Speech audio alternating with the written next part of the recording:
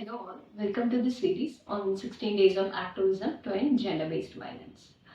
இன்னைக்கு வீடியோவில் நம்ம சோஷியல் மீடியா பிளாட்ஃபார்மில் பெண்களுக்கு ரெப்ரசன்டேஷன், சேஃப்டி அண்ட் இன்க்ளூஷன் அப்படின்றது எவ்வளோ தூரம் இருக்குது அப்படின்றது தான் பார்க்க போகிறோம். நம்ம டெய்லி லைஃப்பில் பார்த்தோம் அப்படின்னா சோஷியல் மீடியா அப்படின்றது தவிர்க்க முடியாத ஒரு விஷயம் ஆயிடுச்சு. இந்த 4th இண்டஸ்ட்ரியல் ரெவல்யூஷனுக்கு அப்புறமா AI, big data and internet usage இது எல்லாமே ரொம்ப அதிகமாக டெவலப் ஆயிடுச்சு.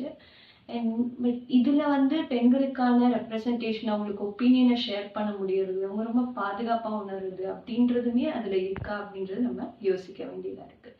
ஏன்னா இந்தியாவில் மட்டும் இல்லை, வேர்ல்ட் வைடாகவே சோஷியல் மீடியா யூசேஜ் அப்படின்றது முன்னே இருந்த காட்டிலுமே இப்போ ரொம்ப அதிகமாக யூசர்ஸ் அதிகமாகியிருக்காங்க.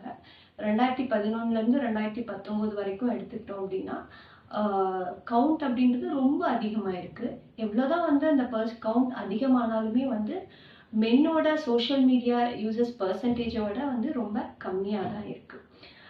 இது மேபி அவங்களுக்கு ஆக்சசிபிலிட்டி கொடுக்காததா இருக்கலாம், இல்லைன்னா அவங்க சேஃப்டி இஷ்யூஸ்னால அவங்க அதை யூஸ் பண்ணாததா இருக்கலாம், இல்லைன்னா அவங்க ஒப்பீனியனை அந்த பிளாட்ஃபார்மில் சொல்ல முடியல அப்படின்றக்காக இருக்கலாம். இந்த மாதிரி நிறைய காரணங்களுக்காக அவங்க யூஸ் பண்ணாமல் இருக்கலாம். ஸோ இது அவங்க யூஸ் பண்ணாமல் இருக்காங்க அப்படின்ற பட்சத்தில் ஒரு கெரியர் ஆப்பர்ச்சுனிட்டிஸ் பற்றி தெரிஞ்சுக்கிறது.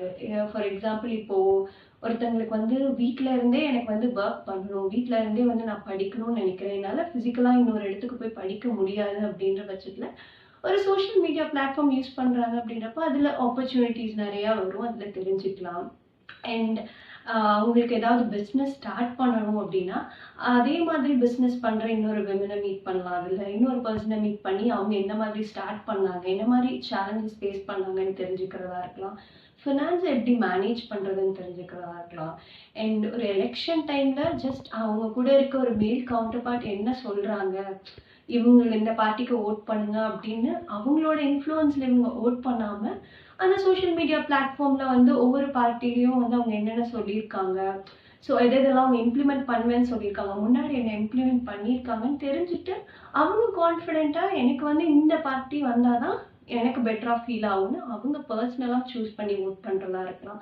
ஸோ இந்த மாதிரி நிறைய விஷயங்கள் அவங்களே இண்டிபெண்ட்டாக ஃபீல் பண்ணுறப்போ அவங்களே அவங்க லைஃப்பை லீட் பண்ணிக்கிறதுக்குமான விஷயங்கள் இந்த சோஷியல் மீடியா பிளாட்ஃபார்மில் இருக்குதுன்னு சொல்லலாம். அண்ட் தென் நெக்ஸ்ட் ஃபைனலாக நம்ம எல்லாருக்குமே நிர்பயா இன்சிடென்ட் ஞாபகம் இருக்கும். And also me too moment இதெல்லாமே ஃபிசிக்கல் ஸ்பேஸில் ஒரு விமனுக்கு நடந்த ஒரு விஷயத்த ஆன்லைன் ஸ்பேஸில் அவங்க சொல்லி அதுக்கு ஒரு ஆப்வியஸ்லி அங்கே விக்டிம் பிளேமிங் அப்படின்றதுமே இருந்தது. பட் அவங்களுக்கு அவங்க ஜஸ்டிஸ்க்கான ஒரு சப்போர்ட்டுமே அங்கே நிறைய இடத்துல கிடைச்சிது.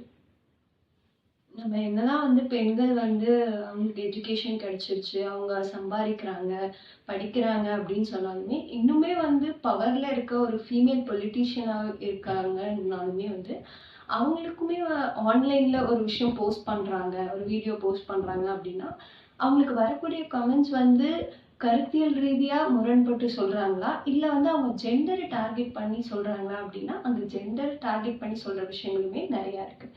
அப்போ பவர்ல இருக்க ஒரு ஃபீமேல் பர்சனுக்கே அப்படி இருக்கு அப்படின்னா பவர்ல இல்லாத ஒரு பர்சனுக்கு இன்னும் என்ன மாதிரியான வயலன்ஸ், அப்யூஸ்ன்றது ஆன்லைன் ஸ்பேசஸ்ல நடக்கும்னு நம்ம யோசிக்கலாம். ஸோ இதுக்கான சப்போர்ட் சிஸ்டம் அப்படின்னு நம்ம பார்த்தோம்னா ஆல்ரெடி நமக்கு நிறைய ஹெல்ப்லைன், நான் கவர்மெண்டல் ஆர்கனைசேஷன், கவர்மெண்ட் ஆர்கனைசேஷன் இந்த மாதிரி நிறைய பேர் இதுக்காக ஒர்க் பண்ணிட்டு இருக்காங்க.